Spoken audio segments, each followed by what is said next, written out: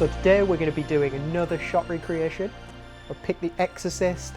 I'm a big fan of The Exorcist. I love horror films, probably my favourite genre. Looks like one source of light. I remember in the film that's either moonlight or it's a street lamp. I can't remember. I remember that still, that really famous still of The Exorcist where you've got the house and the light and the priest. So there's definitely a street lamp there.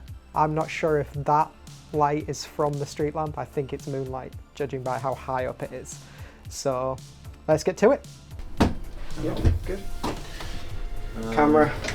I'm gonna have to take all this stuff off the camera. Gosh darn it. Screwdriver. I've set us to tungsten, because I thought tungsten. And I've set us to 100 ISO. 100? Yeah. It needs to be wider. It does need to be wider. Does it need to be, what if it's the 18? Can we get away with it in here? Yeah. Try the 18. Here we are, first problem. We haven't got enough room. We need to get the camera even further back. On a film set, you could just remove a wall and you can get that camera back further. But here, we don't have enough space. So we decided what we would do is we would do the shot on a slight angle. And that way we could move the camera further into the corner of the room and still shoot on an angle towards the window. You know, providing that source of light is coming from the right direction, you wouldn't know that the window was on an angle. Now, if you look at the still, you can see that the majority of the left-hand side of the frame is all just black. You can't really see any detail there. So to do this, we're gonna hang a big piece of blackout cloth. And that should reduce anything you can see on the left-hand side of frame, but also it'll help reduce any light that's coming in and bouncing around. Do you wanna put this up? Let's do it. Case in there, there's pegs. We could use pegs. We got enough curtain open right now, haven't we? That's more than enough. Yeah, we could. Hey, leave.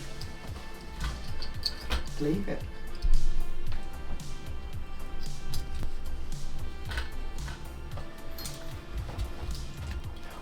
I moved it from the position.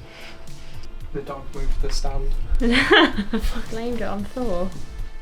That's way out of frame actually. If we could, so it goes straight from that down. Quit staring at me. Glorious. Good. Yeah. So now we had the camera position locked, we needed to set the frame basically, so we needed to create the bed. Now I'm not going to bring my bed downstairs because it doesn't look like this bed, and in the still you can really only see the posts of the bed anyway and the headboard, and all of it's wrapped in blankets and duvets. So I figured we could just build the bed out of stands, we just wrap some duvets around them and hopefully that'll work. And then about where for the bed to start?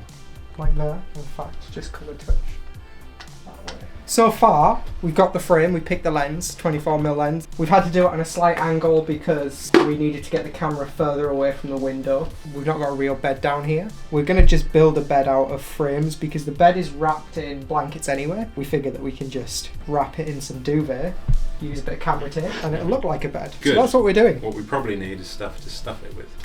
Sort of. Like here. Yeah, it's good. Nice and tight. I think if we just turn it round so it's facing us a bit more. Look at that. Perfect. It's not bad. We're going to use our arrows outside. Pillowcase this one up, and then we need a little something to just go between them. Just to do it around the bottom, just to keep it. Yeah. That'll do. You know what's ironic about it being hot today? £22. What's hot? What's ironic about it being hot? I don't think it's ironic. But when they shot this scene, they shot it in a refrigerated set. We could open the fridge. Have you ever made scary faces in the mirror and creeped yourself out? Why are they going to make a film Johnny Bravo one time with the rocket? It'd be John Cena with a wig on. I like John Cena. How'd it look?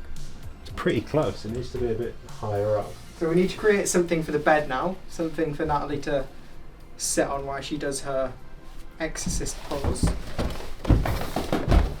What has happened is we've realised now that the frame isn't wide enough to get Natalie in and do the Exorcist pose.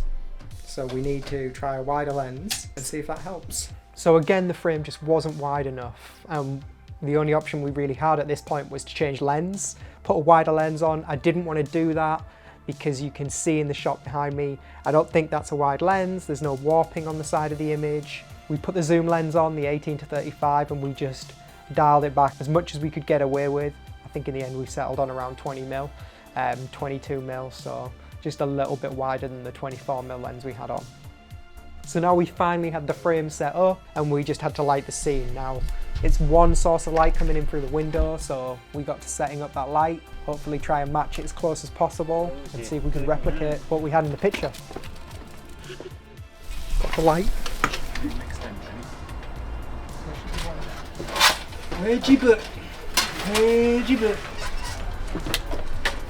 Blue gel. That's good. Yeah. Yeah, it's not bad. We need to stop the light from bouncing around because the walls are painted white. I think really we just need to get Natalie into costume and wait for it to get a bit darker. The set finished? Pretty much. Pretty much, yeah. Cool. Alright.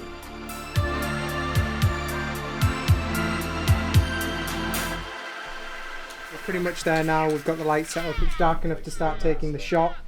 So we're just adding in that haze and then we'll put you in the position and we'll do a few takes of it. See how it goes.